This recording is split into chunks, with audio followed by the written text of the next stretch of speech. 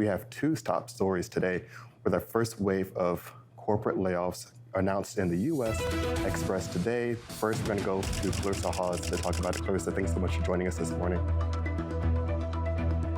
Good morning. Thanks for having me on today. And welcome back, Clarissa, once again. But this time, not talking about Apex Capital. We're headed back to U.S. Xpress, where they've been in the news a lot recently, talking about some leadership changes. And now we're talking about a second round of corporate layoffs. Yes.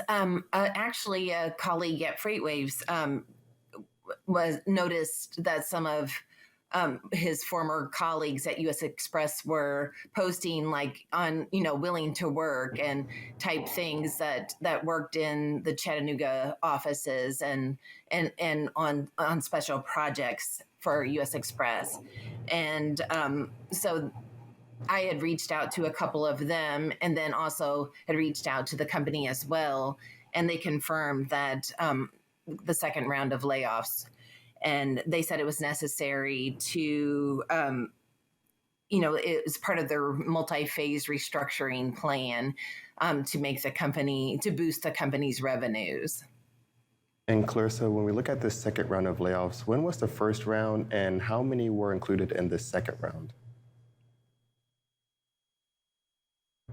The first round occurred in May, and it was about 70 employees then. And this time, from what I'm hearing from U.S. Xpress, it was around 66 employees that were let go. Some on Monday and then some on Tuesday.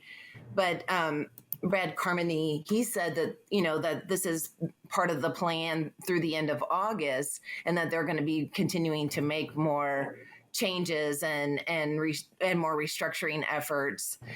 But he wouldn't confirm if there were more layoffs planned before the end of August. Clarissa, was there any indication on where these layoffs mainly hit? Are we talking like back office jobs or driver jobs, et cetera? No drivers, and that was very important in both layoffs, announcements that no drivers were impacted by the layoffs, but that a lot of them, were focused in special project areas and other, parts of the company. But that, yes, that definitely no drivers were impacted. In fact, they're, actively looking for more drivers, as many truckload carriers are in the U.S. And Clarissa, you mentioned earlier that this is a part of a multi-phase plan. Was this really all internally driven, or do you see any kind of economic or outside forces really kind of pushing this to happen?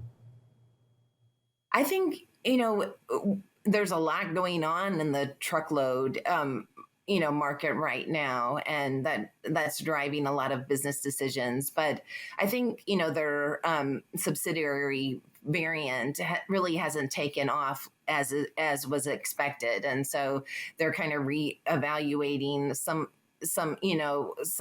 plans and some initiatives that they put in place to really drive up revenue have not worked. And so they're going back and looking at how they can make Variant more profitable, and that included layoffs, and focus money in other areas that would kind of help drive initiatives at Variant. We've talked a lot about the Variant initiative and how it's had kind of a tough time coming into alignment with the broader goals over at U.S. Xpress. Clarissa, I know this could be some just conjecture, some foreshadowing, but do you possibly see any threat of maybe U.S. Xpress cutting ties with the Variant initiative altogether, or do you think that is something that they're just not quite willing to do yet? And just in reading kind of the earnings report, it appears that they are still, sticking it out for now and trying to, looking forward at Q3. And how they can drive up, get more drivers in the seats and more miles, which in turn, means more revenue. But you hear things in the industry. But John Kingston definitely and Todd Maiden have definitely covered more of that side of variant than I have.